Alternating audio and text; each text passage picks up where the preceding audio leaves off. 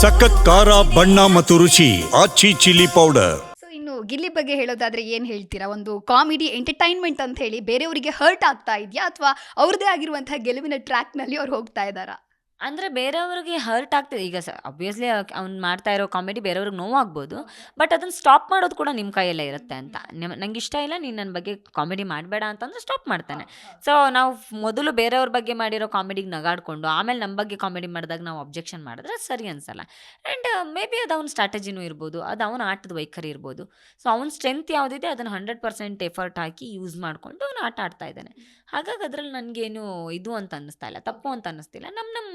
ನಾವು ಅವನಿಗೆ ಹೆಂಗೆ ನಮ್ಮ ಜುಟ್ಟನ್ನು ಕೊಟ್ಟಿರ್ತೀವಿ ಅವನ ಕೈಲಿ ಅನ್ನೋದ್ರ ಮೇಲೆ ಅದು ನಿಂತಿರುತ್ತೆ.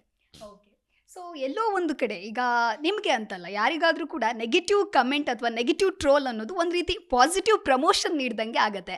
ಸೊ ಹೊರಗಡೆ ಟಾಕ್ ಇರೋವಂಥದ್ದು ಎಲ್ಲೋ ಒಂದು ಕಡೆ ಚೈತ್ರ ಸುಮ್ಮನೆ ಓವರ್ ಆಗಿ ರಿಯಾಕ್ಟ್ ಮಾಡ್ತಾ ಇದ್ದಾರೆ, ಜೊತೆಗೆ ಸುಮ್ಮನೆ ಅಳ್ತಾರೆ, ಅಳೋದೇ ಫೇಕ್ ಅನ್ನುವಂಥ ಟಾಕ್ ಇದೆ. ಸೊ ನಿಮ್ಮ ರಿಯಾಕ್ಷನ್ ಏನು? ನಾನು ನಂಬರ್ 1, ನಾನು ಈ ಟ್ರೋಲ್ಸು ಕಾಮೆಂಟ್ಸ್ಗಳಿಗೆ ತಲೆನೂ ಕೆಡಿಸ್ಕೊಳ್ಳಲ್ಲ.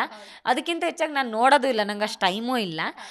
ಆದರೆ ನಾನು ನನಗೆ ಆ ಮನೆಯಲ್ಲಿ ರಿಯಲಿಸ್ಟಿಕ್ ಆಗಿರಬೇಕು ಅನ್ನೋದಷ್ಟೇ ಉದ್ದೇಶ ಇದ್ದಿದ್ದು. ಈಗ ಅಳುತ್ತಾರೆ ಮತ್ತೊಂದು ಮಾಡ್ತಾನೆ ಅಂದರೆ ಆ ಅಳುವಿಗೆ ಹಿಂದೆ ಏನು ಕಾರಣ ಇತ್ತು ಅನ್ನೋದು ನಿಮಗೆ ಗೊತ್ತಿರಲ್ಲ, ಯಾಕಂದ್ರೆ ನೀವು 1.5 ಗಂಟೆ ಮಾತ್ರ ನೋಡಿರ್ತೀರ. ಅಲ್ಲಿ ಕಾವ್ಯ ಮತ್ತು ಅಶ್ವಿನಿ ಅವ್ರ ಜಗಳ ಆಗ್ತಾ ಇರುತ್ತೆ. ಆ ಸಂದರ್ಭದಲ್ಲಿ ನಂದು ರಜದ್ದು ಏನೋ ಕಿತ್ತಾಟ ಆಗಿರುತ್ತೆ. ಅಲ್ಲಿ ಕಾವ್ಯ ಮತ್ತು ಅಶ್ವಿನಿ ಅವ್ರದ್ದು ಜಗಳ ಹೈಲೈಟ್ ಆಗಿರುತ್ತೆ. ಸೊ ನಾವು ಯಾಕೋಸ್ಕರ ಜಗಳ ಮಾಡಿದ್ವಿ, ಅದು ನಂಗೆ ಯಾಕೆ ನೋವಾಯಿತು ಅನ್ನೋದು ಯಾರಿಗೂ ಗೊತ್ತಿಲ್ಲ. ನಾನು ಯಾಕೆ ಅತ್ತೆ ಅನ್ನೋದು ಅದ್ರ ಹಿಂದಿನ ರೀಸನ್ ಬೇರೆ. ಈಗ ನಾನು ಈಗ ನನ್ನ ಫ್ಯಾಮಿಲಿನ ಬಿಟ್ಟು ಬಂದಿರ್ತೀನಿ, ನಾನು ಮದುವೆಯಾಗಿ ಈಗ ತಾನೇ ಬಂದಿದ್ದೆ, ಪುನಃ ಈಗೇನು ಅಲ್ಲಿಂದ ಇಲ್ಲಿಗೆ ಬಂದೆ. ಸೊ ಒಂದಷ್ಟು ಫ್ಯಾಮಿಲಿ ಇಶ್ಯೂಸ್ಗಳಿರುತ್ತೆ, ಅದ್ರ ಬಗ್ಗೆ ರಜತ್ ಕಮೆಂಟ್ ಮಾಡಿದ್ದು.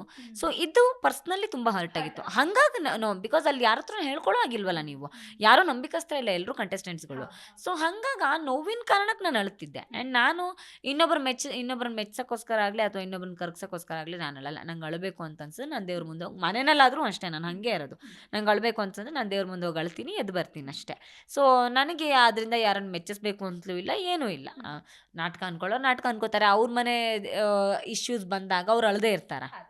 ಅವ್ರ ಫ್ಯಾಮಿಲಿ ಇಶ್ಯೂ, ಅವ್ರ ಮನೆಯವ್ರ ವಿಷಯನ ಎತ್ಕೊಂಡು ಯಾರೋ ತಮಾಷೆ ಮಾಡಿದಾಗ, ಅದು ಬಿಗ್ ಬಾಸ್ ಅಂತ ದೊಡ್ಡ ವೇದಿಕೆನಲ್ಲದೆ ಎತ್ತಿ ಆಡಿ ತಮಾಷೆ ಮಾಡಿದಾಗ ಅವ್ರುಗಳು ಬರಲ್ವಾ, ಸುತ್ತಮುತ್ತ ಫ್ಯಾಮಿಲಿಯವ್ರು ಇಲ್ಲ ಅಂದಾಗ ಆಬ್ವಿಯಸ್ಲಿ ಅಂಥದ್ದೇ ಸಹಜವಾಗಿರೋ ಗುಣ. ನಾನು ಅದನ್ನೇ ಹೇಳ್ತೀನಿ, ಬಿಗ್ ಬಾಸ್ ಮನೇಲಿ ನೀವು ಅತ್ತಿಲ್ಲ ಅಂದರೆ, ನಕ್ಕಿಲ್ಲ ಅಂದರೆ, ಕೋಪ ಮಾಡ್ಕೊಂಡಿಲ್ಲ ಅಂದರೆ ನೀವು ಫೇಕು ಅಂತ ಅರ್ಥ.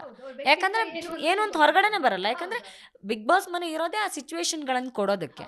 ನೀವು ರಿಯಲಿಸ್ಟಿಕ್ ಆಗಿ ಅದನ್ನು ಫೀಲ್ ಮಾಡಿದಾಗ ಮಾತ್ರ ನೀವು ಅದನ್ನು ಅಳ್ತೀರ. ಸೊ ಹಂಗೆ ಮಾಡದೇ ಇರೋರು ನಾಟಕ ಮಾಡ್ತಿದ್ದಾರೆ ಅಂತಲೇ ಅರ್ಥ. ಸೊ ನಂಗಂತೂ ನಾಟಕ ಮಾಡೋಕ್ಕೆ ಬರಲ್ಲ, ನಾನು ರಿಯಲಿಸ್ಟಿಕ್ ಆಗಿದ್ದೆ.